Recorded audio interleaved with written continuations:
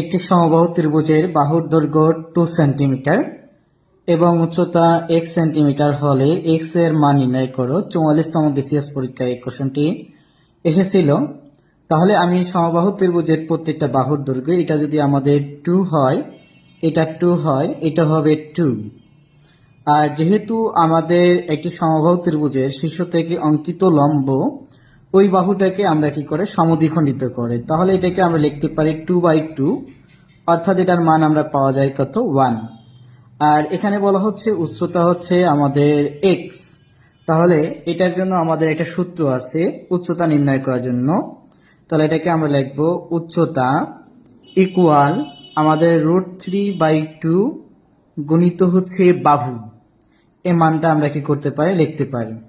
যেহেতু আমাদের এখানে উচ্চতাটাকে আমরা এক্স বলেছি, তাহলে √3/2 এবং বাহুর দৈর্ঘ্য আমাদের এখানে দেওয়া আছে 2, তাই আমরা এখানে 2 লিখলাম। তাহলে এখানে এক্স ইকুয়াল লব এবং হর একই হলে আমাদের বাদ যায়, তাহলে এখানে পাচ্ছি আমরা √3, অতএব এক্স এর মান হচ্ছে √3।